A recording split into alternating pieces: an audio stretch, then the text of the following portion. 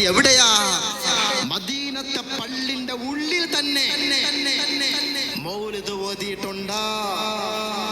അത് സുന്നത്താണെന്ന് രണ്ടാം ഷാഫി എന്ന് അറിയപ്പെടുന്ന ഇമാം നവവി റളിയല്ലാഹു അൻഹു പറയുന്നു, പള്ളിന്റെ ഉള്ളിൽ മദ്ഹ് പറയൽ, പള്ളിയുടെ ഉള്ളിൽ സ്വലാത്ത് ചൊല്ലൽ, പള്ളിയുടെ ഉള്ളിൽ മൗലൂദ് ഓതൽ, പള്ളിന്റെ ഉള്ളിൽ ഹബീബായ നബി തങ്ങളെ ജീവിത ചരിത്രങ്ങൾ പറയല, അത് സുന്നത്താണെന്ന് ഇമാം നവവി റളിയല്ലാഹു അൻഹു അവിടെ നിന്ന് പ്രഖ്യാപിക്കുകയാണ്. ഞാൻ നിർത്തുന്നു. ഒരുപാട് പറയാനുണ്ട്. പ്രിയപ്പെട്ട മുഅ്മിനീങ്ങളെ, അഷ്റഫുൽ ഖൽഖ് മുഹമ്മദ് റസൂലുള്ളാഹി സ്വല്ലല്ലാഹു അലൈഹി വസല്ലമ തങ്ങളെ മദ്ഹ് എത്ര പറഞ്ഞാലും തീരൂല.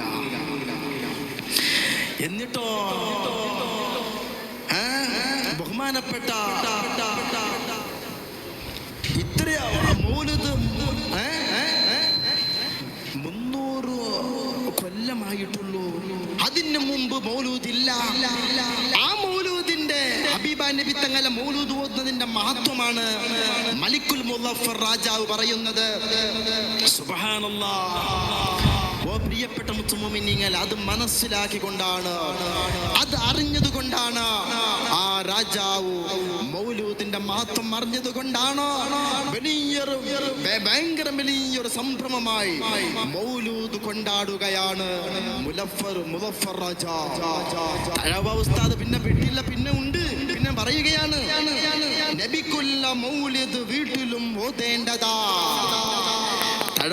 ഉസ്താദ് അത്ര മാത്രം പാടിയതല്ല, അതിന്റെ പിന്നെയും പാടുന്നു, അതിന്റെ പിന്നെയും പറയുന്നു, നബിക്കുള്ള മൗലിദ് വീട്ടിലും ഓതേണ്ടതാ, അതിനാൽ മുസീബത്തൊക്കെയും നീങ്ങുന്നതാ.